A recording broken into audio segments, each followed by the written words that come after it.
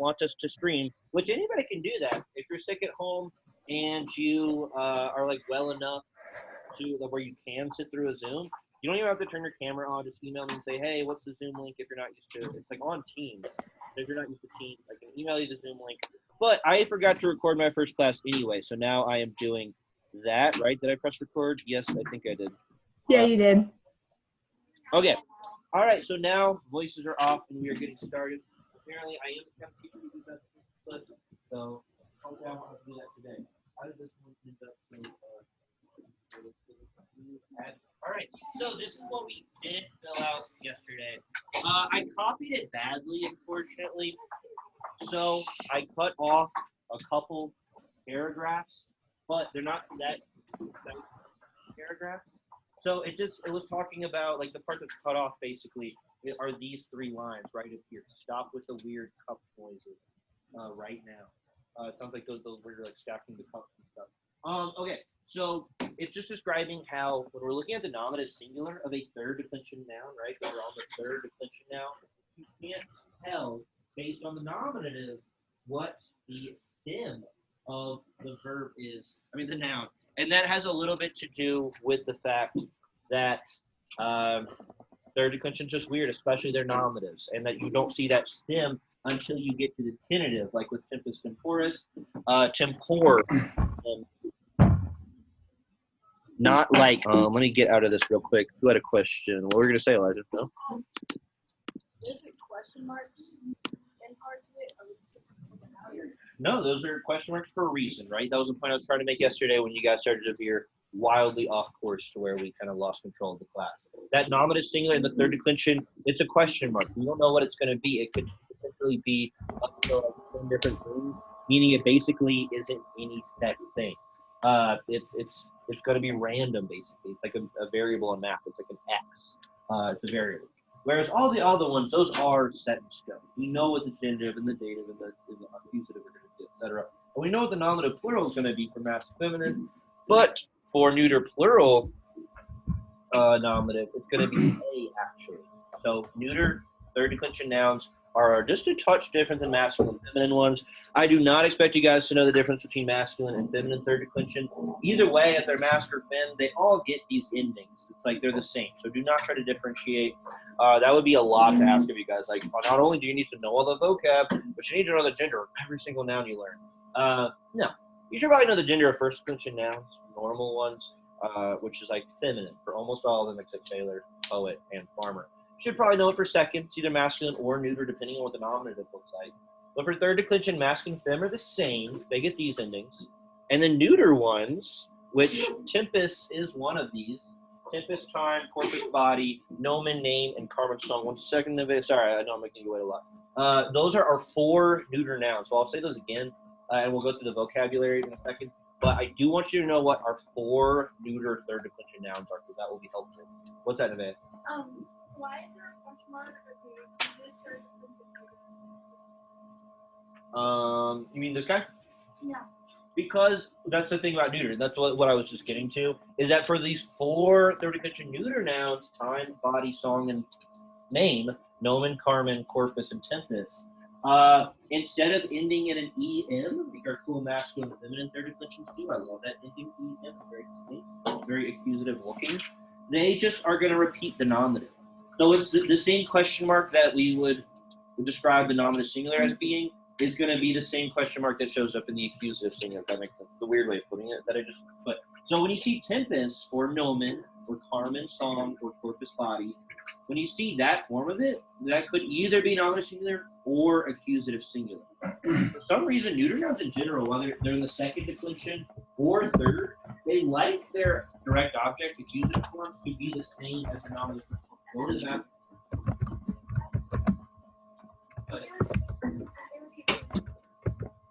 Yeah, these vocabulary words, we are going to have a quiz on them on Friday. So at the end of class, hopefully we'll have time to fly through a play, not a play factor, that's the side I do the Jeopardy on. A Quizlet of these words. But these, jumping ahead, you will need to know for Friday. So carve out some time in essay this week. And if you're in the Narnia play, to learn these words. So we'll go over them real quick in a second. But these purple endings, don't add them to your sheet. I just want you to compare how third declension neuter, repeating the nominative for the accusative, and using a plus the stem for the nominative plural and accusative plural, just like second declension neuter, right?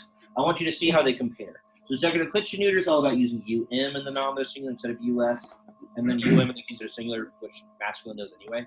And then a for some reason in the nominative accusative plural. Do anybody remember what does neuter mean? Huh? Yeah, neither. Exactly. So it literally means neither. So some people think it like relates to like what people do to like cats and stuff, but no, it literally just means neither masculine, feminine. So I think that's like why they like to use the a's in the plural subject and direct object.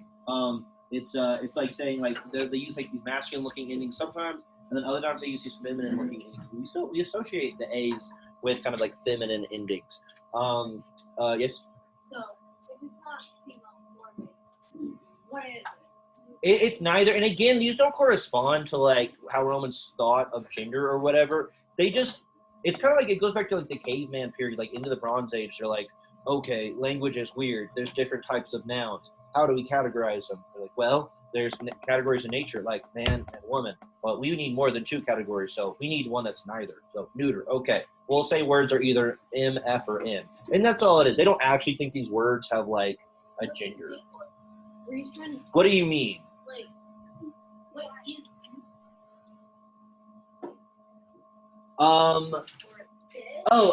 So sometimes it kind of corresponds to when we'll look at pronouns, we'll look at personal pronouns that just like in English, a lot of their pronouns are gendered. So like we have him, we have her, and then we have it, right? So we will look at pronouns where we might use it to describe like an inanimate object, maybe an animal whose gender we don't know, right, Nevaeh? So things like that, like animals whose gender we don't know, or inanimate objects. That's when you might use neuter purposefully. But other times, words are just neuter just for no reason. There's no like, I don't think the Romans thought, oh, time. Time is not masculine nor feminine. It's just neither. I don't think they really thought of it that way. It just, they use these three categories as categories. So it was like excuses. What? Yeah. And then like, I don't know, like maybe some Romance languages do kind of think of it more that way. I don't think they do though. I think it really is like this arbitrary system of categorizing words. And that's all it is. They don't actually think that time and songs and names and bodies, wait, is it body? Yeah, corpus corporis are genderless because like that doesn't make sense for some of those. Yes. for gender singular? Why is yours RIS and ours is just IS? Because mine's is a typo. It's definitely IS. That genitive singular. Why do I keep doing that? It's weird. I think it's because that's similar to a verb ending that kids have right now. And so I'm mixing it up. But yeah, it's IS. And again, this genitive singular IS that we have in the third declension, we're not going to get it mixed up with ablative and dative plural first and second. Because it doesn't have a macaron. It's where? Oh, weird. Wait, why did I? Oh, I see. Yeah.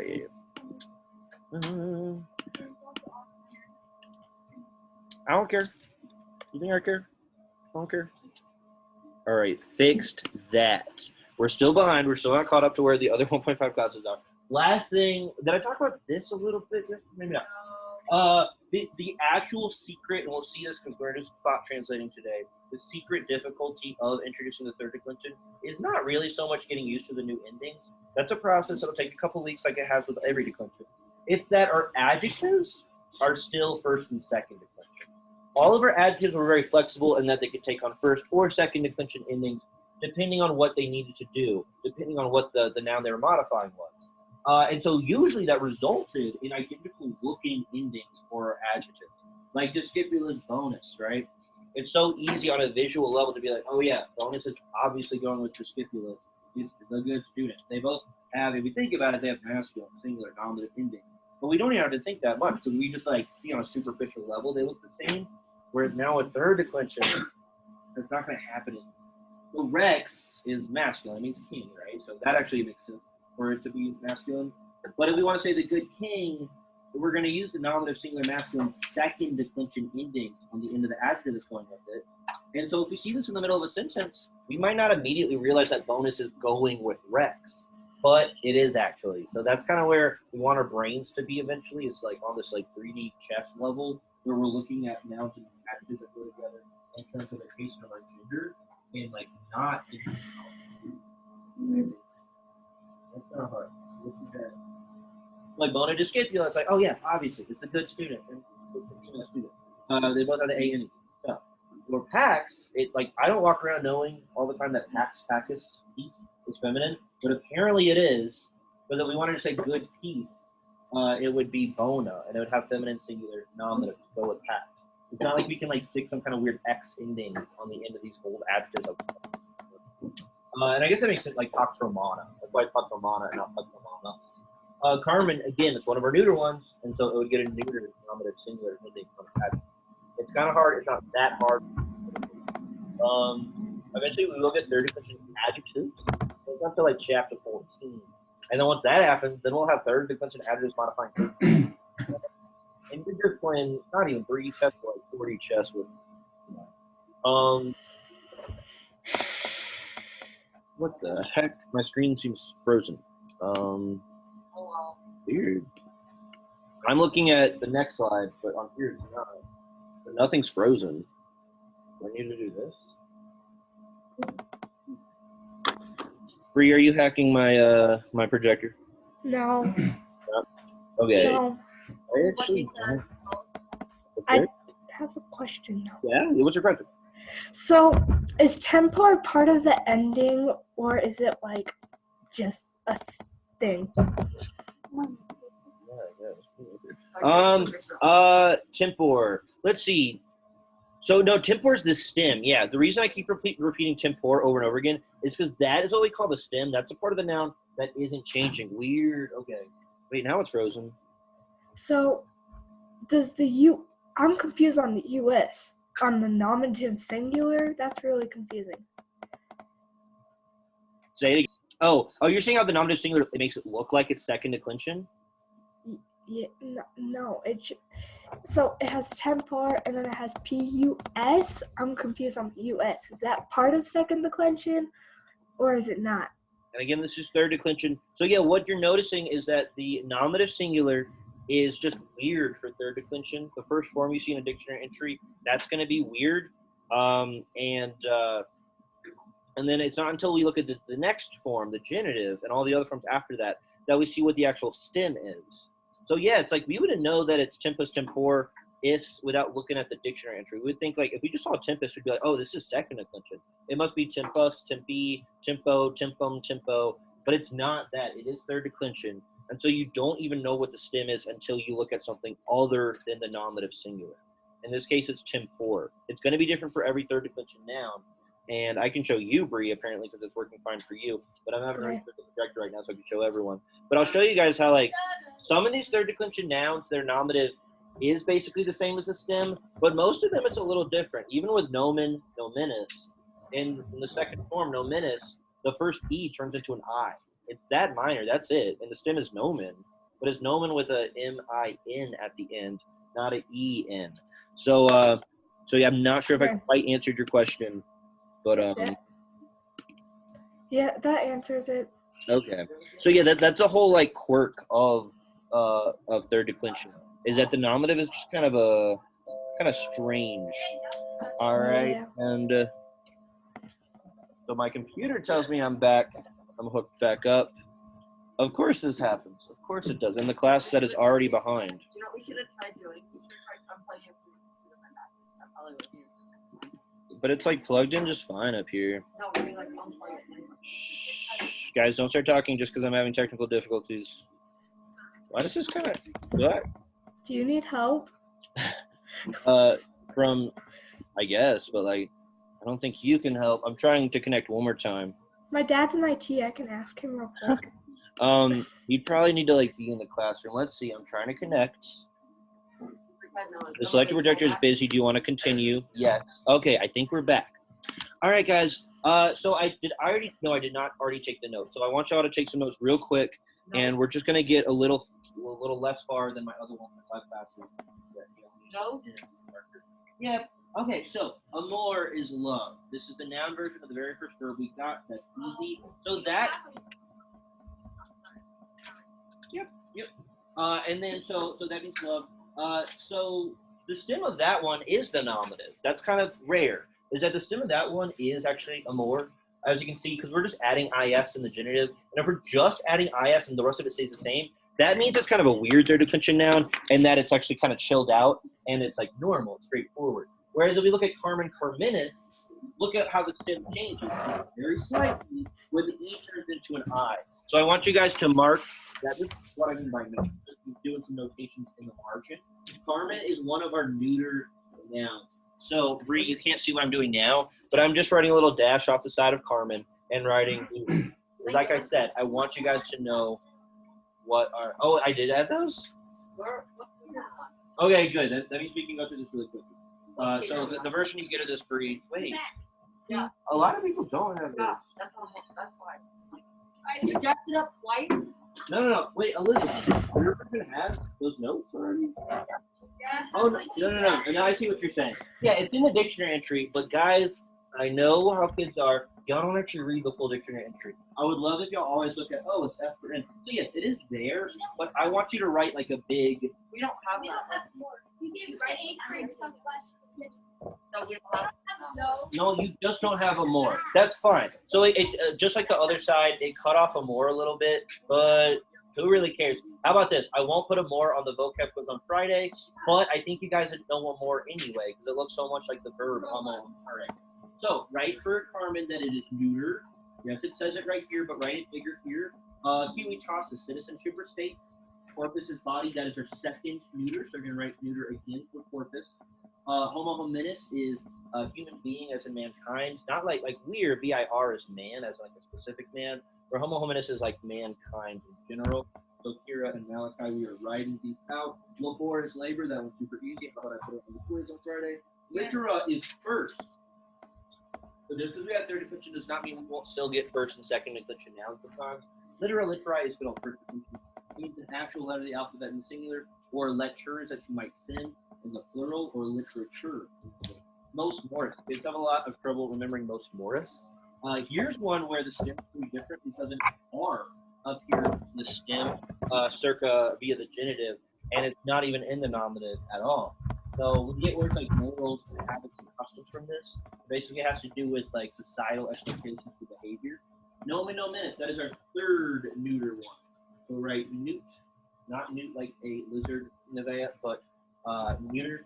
So nomen, name, for whatever reason, is neuter. Pox pocus is peace. That is feminine. You don't need to know that. Regina is queen. That's a first declension one. Rex is king. Tempest temporis is time, and that is the fourth group. So computer kids, if you're watching this, this is basically the same stuff we covered on Monday's video. But we're about to get to new stuff. Terra terra is earth. That's the other first declension one. We have 3 third declension nouns here, and we have 3 4 neuter ones. Here goes maiden, uproar, quiet. Novus is nova. New, like Nova Scotia, or words like novice. Novelty. Post is after. Is under 2 new prepositions. Audeo, we only have 2 verbs this chapter. Audeo is to dare. Like if you're audacious or even audacity, it's very daring. In Nekonakari, we saw in the Agamemnon chapter a reading that is to kill. Yes, man? And someone read this in Latin, please. Well, what? I guess, man. Y'all, please, like on the way back from lunch, start going to the restroom more, even if you don't think you need to. Because this class gets so annoying with interruptions about bathroom breaks. Yes? You want to read this? Thank you. Go ahead.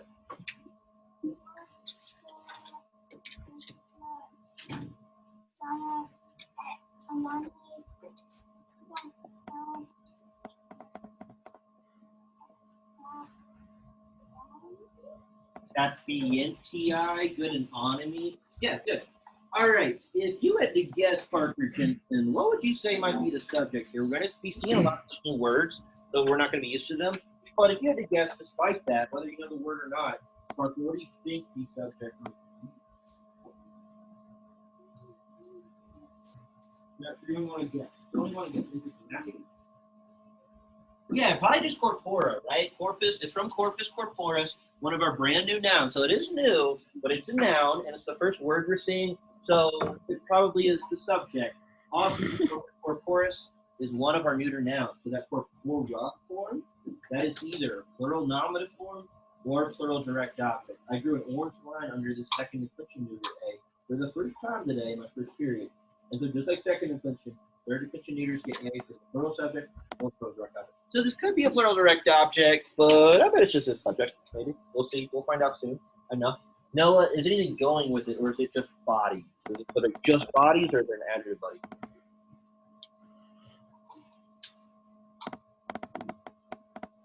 Yeah, Vester's probably the adjective buddy. Who remembers what Vestra means? Go out loud.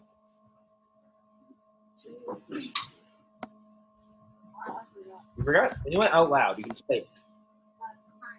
Say it. Your. It's your. So we do have two yours is. We have tuus, tua, tuum, which is your singular. And we have Vesper, Vesper, Vestrum, which is your plural. In English, though, we don't distinguish with your whether it's singular or plural, unless you're saying like y'alls's. This is like y'alls's, but of course we don't say that. That's atrocious grammar. So it's not just the body, not just the bodies, it's your bodies. Now, what is soons? Kira, or no, I'm sorry, I kind of skipped Michael. Michael, what is soons? Your body's what? That's our verb. It's from sum esse. Sum esse means to be. So right now, guys, this is on the homework. My friend mentioned this to get the homework out. This is on the homework that is not due tomorrow. Part we're just doing right now. Matthew? But soon they are, according to Dark Jimmy.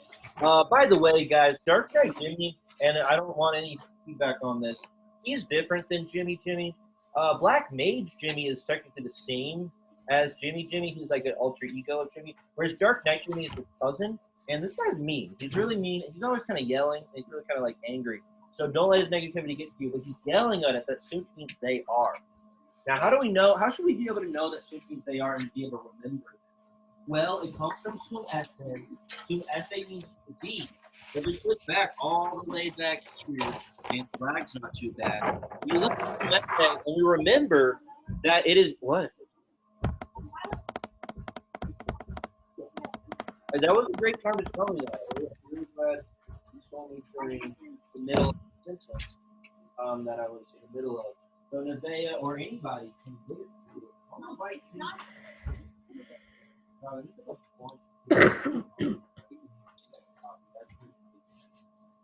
Who else was it here yesterday?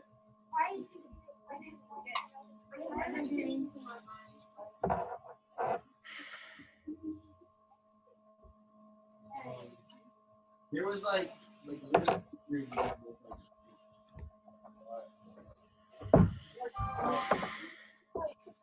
stop getting homework 2 days early because I do that to help you guys. And what it means is that people lose it. They just lose it instead of doing it. So unfortunately, I do not have second copy. So y'all are just going to make a lot of notes right now. And during essay, you get it. That's fine. But for people like Jameson or whoever else wasn't here yesterday, you're just going to have to write notes. All right, it's not your fault. I know it's not your fault, but I am mad at kids from like other periods who lost it and needed a second copy.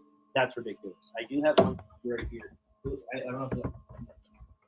No, I'm not yet. Again, just answer these will not hear you. Eight to one.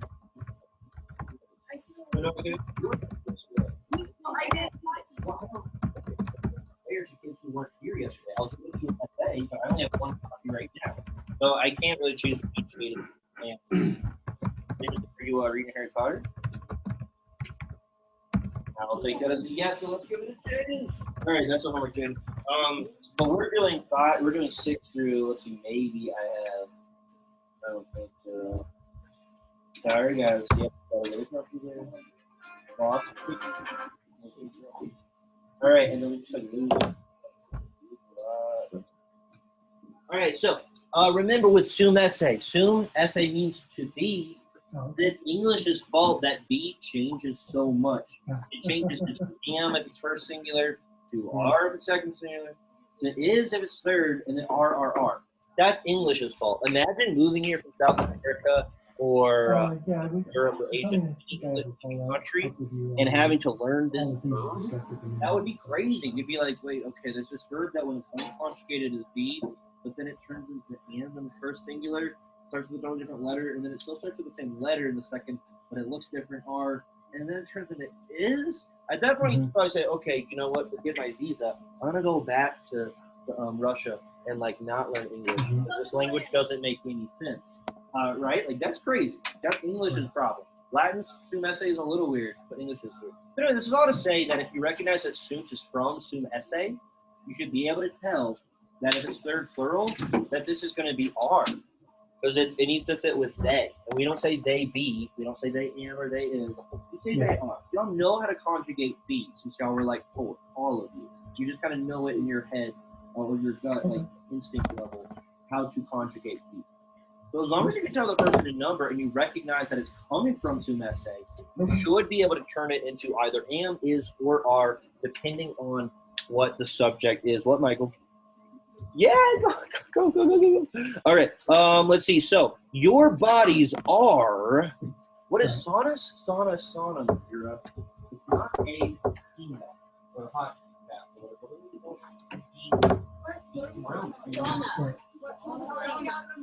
We're on number 6.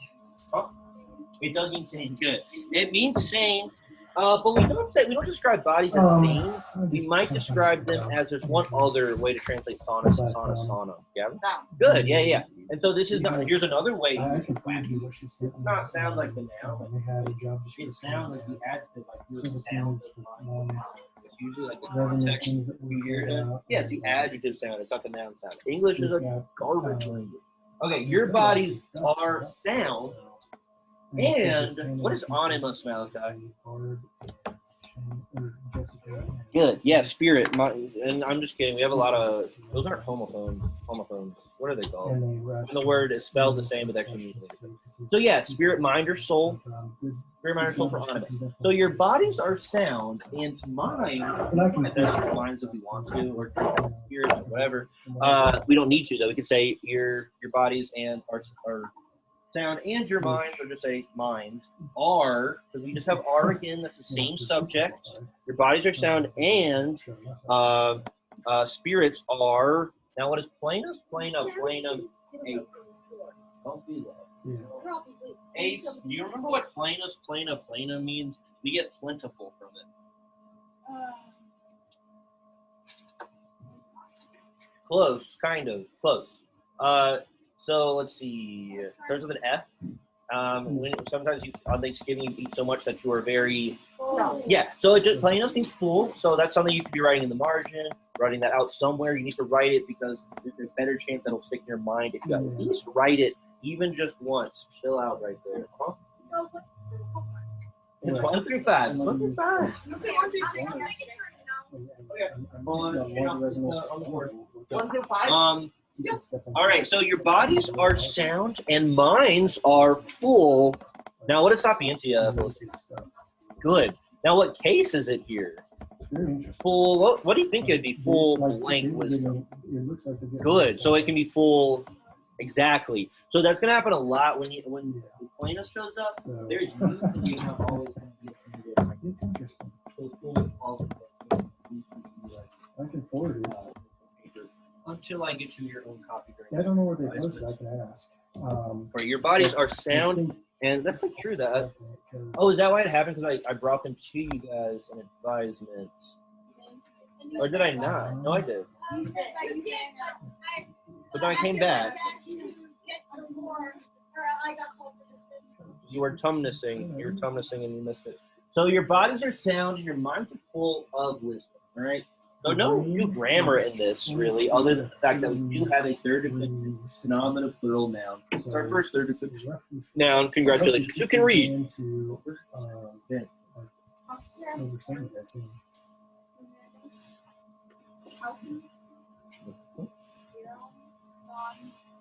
For us. Very good. Let's see. Do you remember what prof there means then? Tier 1, but maybe some. It's okay. It's one of our 5 prepositions. We're up to. Actually, I think we're up to 6 The prepositions. guys that I've been seeing. Oh, that might be 5. Today? Not today. Excellent. So property shows up a lot. So we all need to know that on account of. On account of in English is not a preposition. It's like a series. It's like a on is a preposition. Account. So anyway. Oh, there's a preposition. But so I guess it makes sense that we treat property like a preposition. Yeah. But anyway, it's a preposition that unlike in sine, day, and sub now, we have a new preposition sub, which means under, and post, which means after. It takes an accusative object. That's overcomplicated though. You don't really need to know about you don't need to think of it that way. because that accusative object is like 99% of the time, Gavin, going to be the noun right to the right of prop there. Okay. So what is that the answer? Since we're low on time, you know what, guys? I am going to skip those blanks. I want to get through as much translation as I can, and we'll skip the blanks. I don't like doing that, but because we were a little behind from yesterday, and then we had a lack of homework being printed issue, we're just going to focus on the translations. And then tomorrow when we check homework, we'll talk about those blanks for sure. But so on account of what? This is our second third declension noun we're ever translating, guys. Keegan, who is almost asleep, or Elijah, who's actually awake. On account of what? On account of mores. What is this new word, mores? We get morals from it, and it can mean, if we wanted to,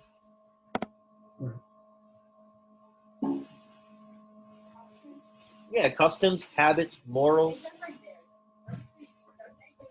Yes, and he's got this like rude face with like the two like same direction pointed eyeballs, and he's like a sweaty face for some reason because he's like out of patience with us or something. So on account of morals or habits, and is anything going with habits? Is anything going with habits? Does it have an adjective, friend, or not? Elijah? Yeah, humanist. Very good. So that's actually impressive that you didn't seem deterred by that, because this is the very first time, guys, that we are seeing a third declension noun with a first/second declension adjective. Yeah. So we need to get to the level. Yeah, I know it is like that. We need to get to the level where we're seeing those. We're like, oh yeah, those do go together. They don't look like identical issues. Well, both of them are actually accusative, plural, and can be masculine. Right? That's the blue OS one right here, and this ES. So that should be mind-blowing to all of you guys. That this is not just habits, it's human habits. And again, this is the adjective human, not the noun. We have the noun for human now, it's almost minutes. We just got it. But this is the good old adjective human.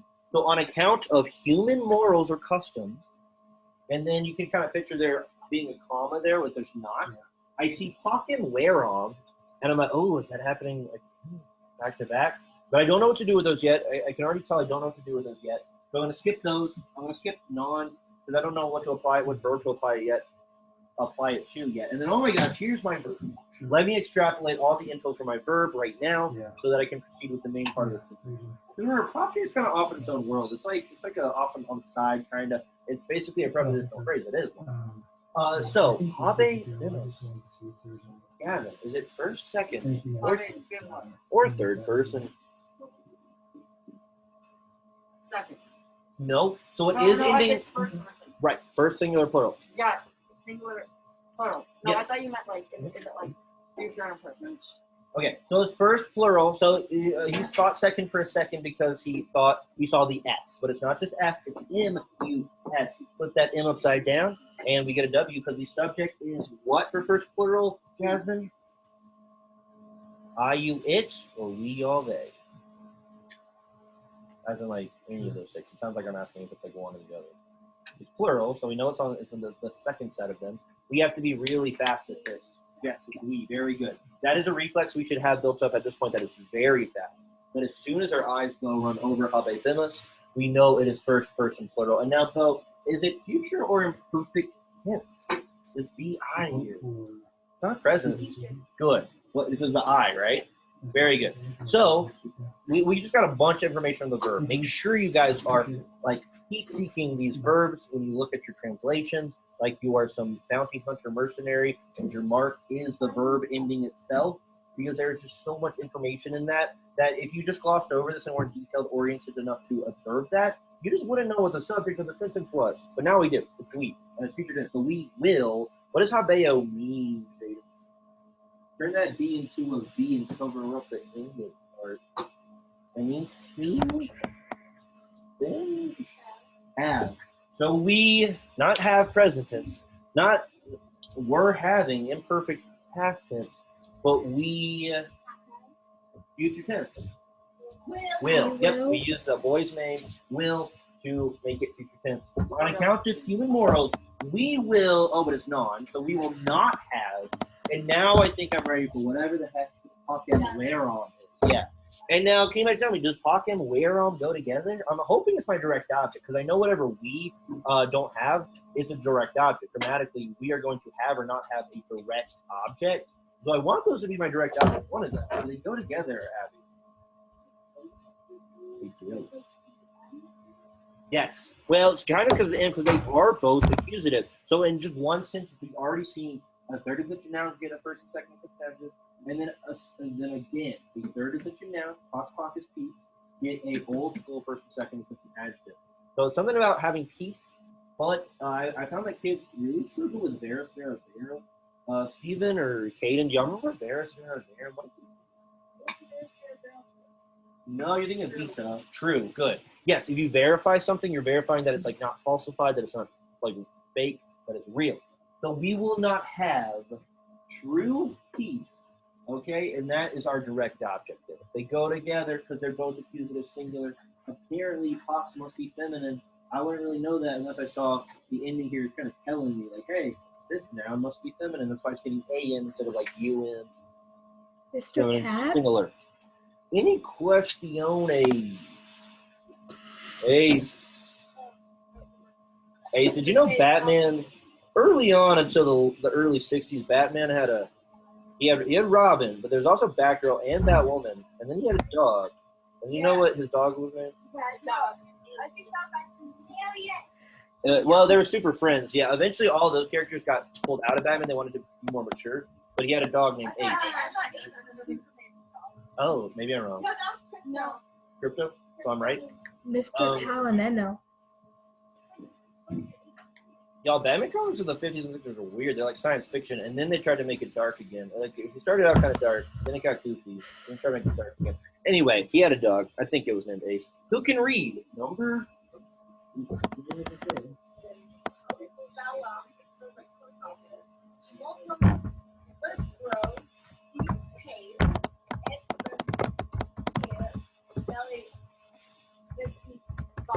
With J font, good. And so this is POC. Your pronunciation was really good, but this is POC. We do have the word pace in English, obviously, right? But remember, our C's in Latin are always hard, and our we never have like silent syllables in Latin. You always want to pronounce syllables. Wait, Bree, did you have something to say? I saw there's some chat boxes. Do you have a question? So is this first and second declension words able to become third declension words, like things? So the adjectives, no, like the adjectives that we've learned so far, but they're simultaneously first and second declension, like bonus, bona, bona. Bonus is second, bona, feminine is first, and bonum is second neuter. And so that's why we're going to end up with the situation that we had in the last sentence, where we have third declension nouns getting first and second declension adjectives.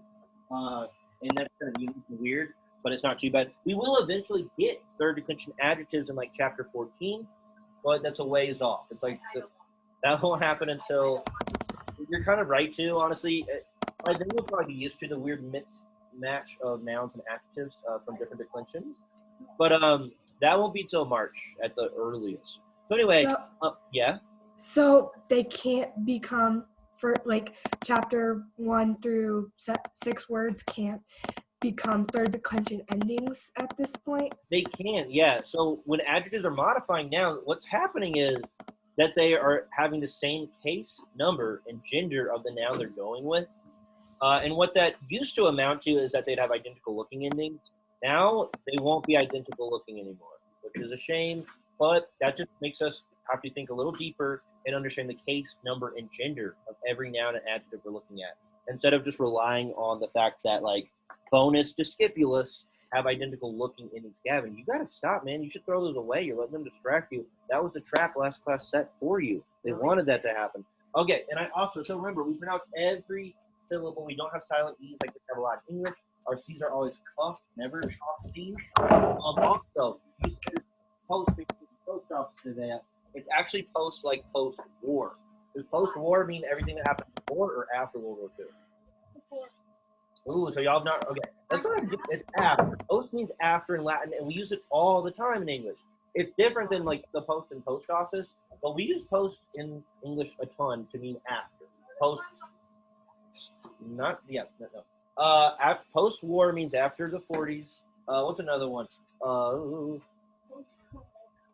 Yeah, right. Post-corona, hopefully 2021. We would call that post-corona.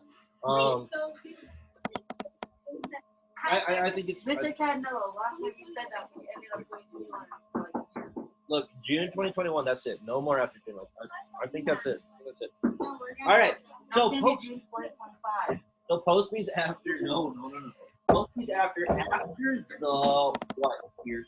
After, it's not even anyway. It's like. Well, that doesn't make it better. I can't read. So after the bellum, here's Abby. What?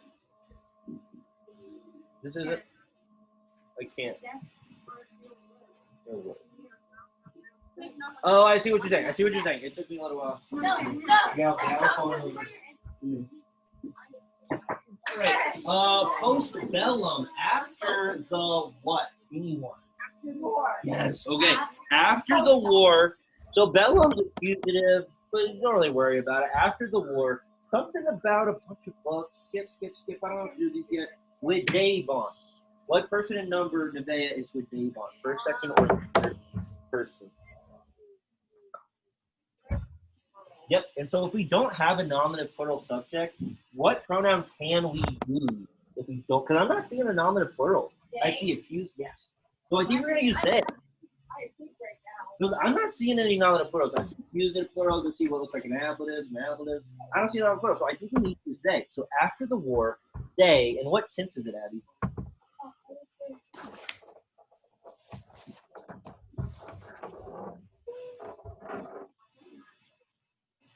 So that's a good, so they're both the same case.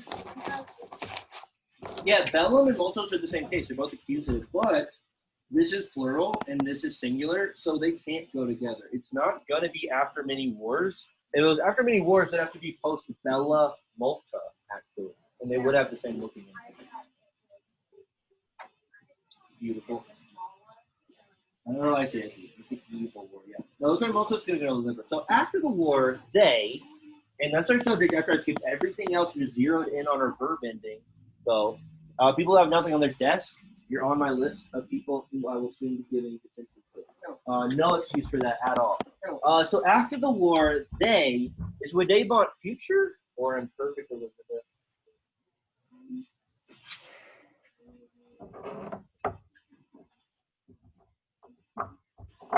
VA?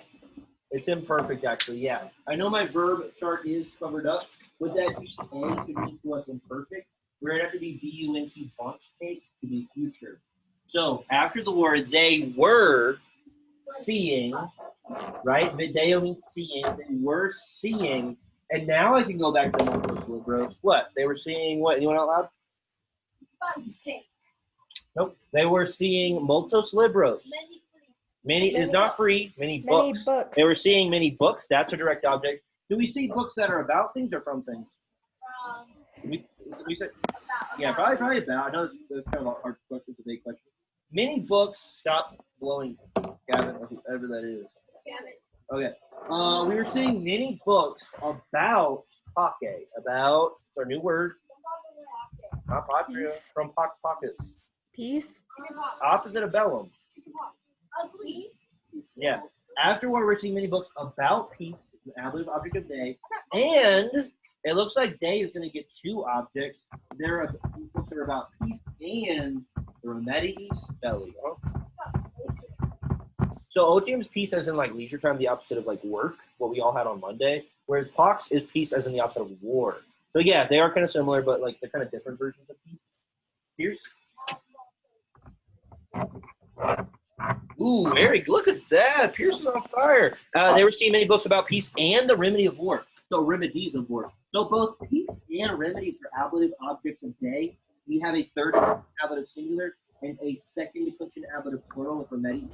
And then belly, somehow Pierce just like knew. He's like, oh, that long guy's not nominative plural. Our subject's day. It's not like wars wasn't the subject. Wars don't see things. So it must be genitive. And so it's the remedies of war. Very good, Pierce. Any quaestiones about this? What's that? Quaestiones. It's their declension. What's that? Hmm? What? Oh, quiz might be related. Stultus. Stultus. No, it's cheating. Mr. Cat. I don't know. Ace, what's that? Oh yeah, I was gonna ask.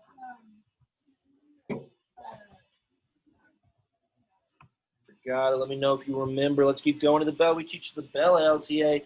Oh, we only have one more. No, that's right. Right. But I had it earlier. So let's just skip number 8. I don't know what's happening there. Let's skip number 8. I know the bell's gonna come out in a second, and we'll have to say goodbye to 3. So let's look at number 9 until the bell. So, Pateritne. What we got here on our hands is a wild possum, folks. And when you see a possum, you need to trap it, tag it, call animal control, and then get the person, number, and pin.